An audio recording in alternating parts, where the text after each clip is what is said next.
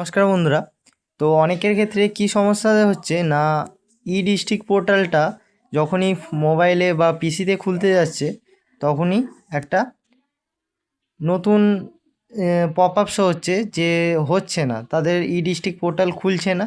দেখাচ্ছে যে ঠিক এইরকম দেখাচ্ছে, দেখে নিন যে কানেকশান নট সিকিউর। ঠিক আছে, তো এরকম দেখালে আপনি কি করবেন? দেখাচ্ছে your connection is not private. তো এরকম দেখাচ্ছে বারবার, আর রিলোড করলেও খুলছে না। তো সেই সময় আপনি কি করবেন, কিভাবে এটা খুলবেন? তো অনেকের, বেশিরভাগ ক্ষেত্রে এটা মোবাইলে হয়ে থাকে, আর অনেকের পিসিতে বা ল্যাপটপে হচ্ছে। তো সেই সমস্যাটা সমাধান কি করে করবেন, তো এই ভিডিওতেই প্রথমে দেখে নেব। তো প্রথমে যারা মোবাইলে, তো আপনি আপনার প্লে স্টোরটা ওপেন করে নেবেন। প্লে স্টোরটা ওপেন করার পর সাধারণত সার্চ করে নেবেন কুইক ভিপিএন বলে। তো আপনি এখানে কুইক ভিপিএনই যে ডাউনলোড করতে হবে তার কোনো মানে নেই, এখানে অনেক রকমের ভিপিএনের অপশান আছে। তো আপনার মন পছন্দ অনুসারে আপনি ডাউনলোড করতে পারেন। কুইক ভিপিএনটা সব থেকে কম এমবির, ওই জন্য আমি আমার ফোনেতে কুইক ভিপিএন ডাউনলোড করে নিচ্ছি। মানে ব্রেভ, টার্বো, অনেক ভালো ভালো ভিপিএন আছে, তো আপনি দেখে শুনে করতে পারেন। তো আমার জাস্ট ডাউনলোড আছে, তো আমি এখানে কুইক ভিপিএনটা জাস্ট এখান থেকেই ডাইরেক্ট ওপেন করে নেব। তো দেখেন ঠিক এই ভিপিএনটা নীল কালারের। তো এখানে 5 এমবির ভিপিএনটা, খুব বেশি বড় ফাইল নয়। তো এখানে ভিপিএন ওপেন করার পরে এখানে সার্ভার দেখিয়ে দেবে। তো প্রথমে আপনি কি করবেন, ইন্ডিয়ান সার্ভারে কানেক্ট করবেন। তো কিছু প্রথমে খুললে আপনাকে পারমিশন চাইবে, তো সেগুলো দিয়ে দেবেন প্রথমে খুললে।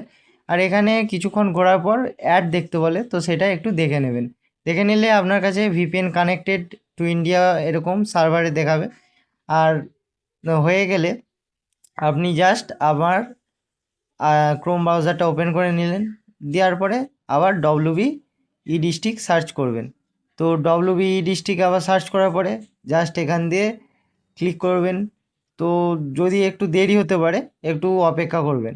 তো যদি না খুলে তখন কি করবেন না, অনেকক্ষণ যদি দেরি হয়, একবার ডেস্কটপ মোডটা 3 ডটে ক্লিক করে ডেস্কটপ মোডটা অন করে নিতে হবে। তো এখান দিয়ে আমি জাস্ট আমার ডেস্কটপ মোডটা একবার অন করে দেখে নিই যে খুলছে না। এখানে দেখে নিন একটুখানি দাঁড়িয়ে হয়ে রয়ে গেছে। তো ডেস্কটপ মোডটা আমি জাস্ট অন করে নেবো, একটু অন করে দেখবো যে হচ্ছে নাকি। তো যাদের ল্যাপটপ পিসি তাদের অলরেডি তো ডেস্কটপ মোড অন থাকে, তো তাদের কিছু অসুবিধা হবে না।